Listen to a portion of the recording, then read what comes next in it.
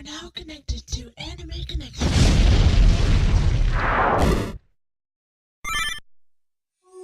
もしよろしければ、あなたをお連れしましょうか。この街の願いが叶う場所に。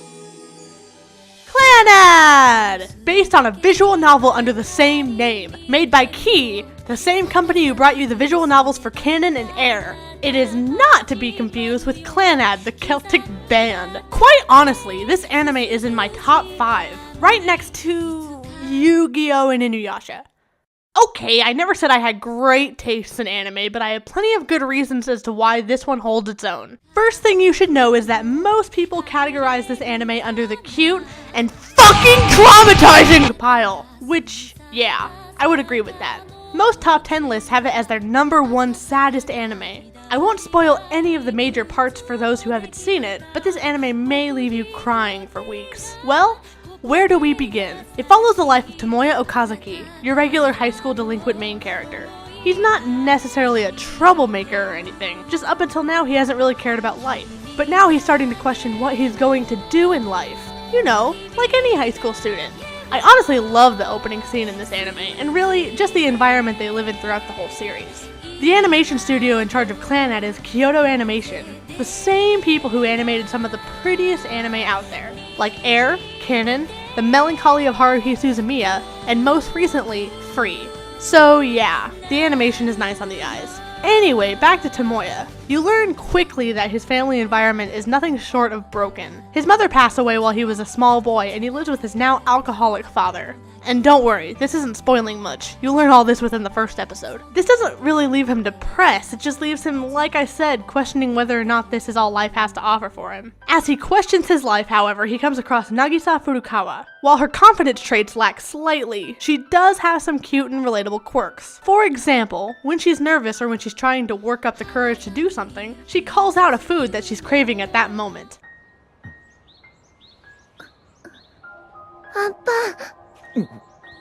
Unfortunately, she only does it once or twice throughout the entire series. When I think, as much as Nagisa gets nervous throughout the entire show, they could have worked that one little quirk in more. The other thing I like about this anime is that it gets every emotion out of you. It's sad, but it can be really, really funny. There are even a few scenes that involve action and fighting, and then there's plenty of drama. These are all just great, relatable situations to be exposed to. A lot of anime don't do that nowadays. I mean, look at Attack on Titan. When was the last time we got a funny scene out of that?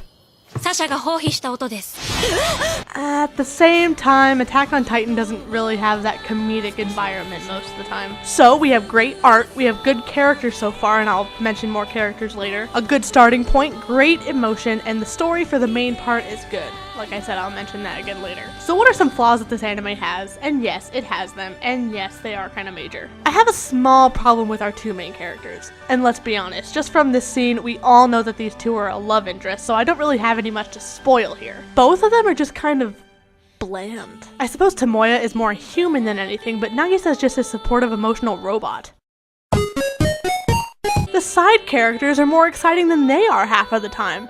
Tomoya has this friend who just gets a laugh at every scene he's in. He's the very comedic and kind of naive friend, but they manage to throw him some drama with him too. There's this little girl named Fuko who gets her own few seasons of story, and she's just adorable and gets more funny lines than the friend. But then her arc ends really, really sadly. Again, won't spoil anything.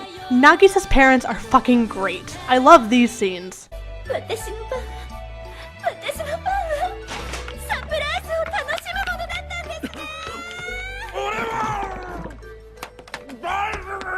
The twins are okay. Kotomi is just okay, even though she has a heartbreaking backstory. Tomoyo, I have to be honest, is probably my least favorite anime character ever. Not just in this anime, just least favorite ever. She's just so bland, I mean, ugh! I mean, I guess these scenes are funny, but I think it's just because Tsunohara is getting his ass kicked.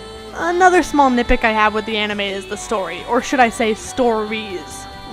Plural. This anime goes everywhere in completely different directions at random times. I think they were trying to make it like the visual novel, where you can pick and choose a character whose story you like best, like a choose your own adventure thing. Works great in a computer game styled visual novel, not so much in an anime. Each female character has arcs in the anime that lead our main characters into different stories. While that's cool, It leaves me thinking constantly which arc was where and in what season. Oh yeah, this anime has 2 seasons, and that is important to remember. There's Clannad, the first season, and in my opinion, the blandest. I wouldn't say anything in this season is important in terms of the whole story. I mean, you learn a lot more about every character and how they had to walk their shoes. Also, each story kind of moves a little sluggish. But then, there's Clannad After Story. Let me tell you, this season takes the cake. It's perfectly paced, perfectly subdivided into stories. Hell, I think there's only 1 or 2 arcs in this season instead of like 5. And again, a perfect spectrum of emotion throughout the entire thing. I'm not sure if this is good advice or not, but if you have a chance to just get a summary of the first season,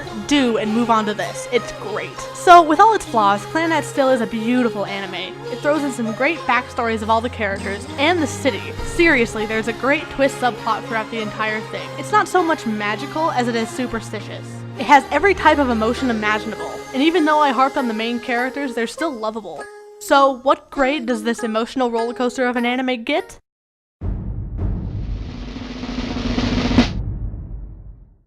I grade it an 8 out of 10, leaving it a fantastic anime that the entire Dango family can enjoy.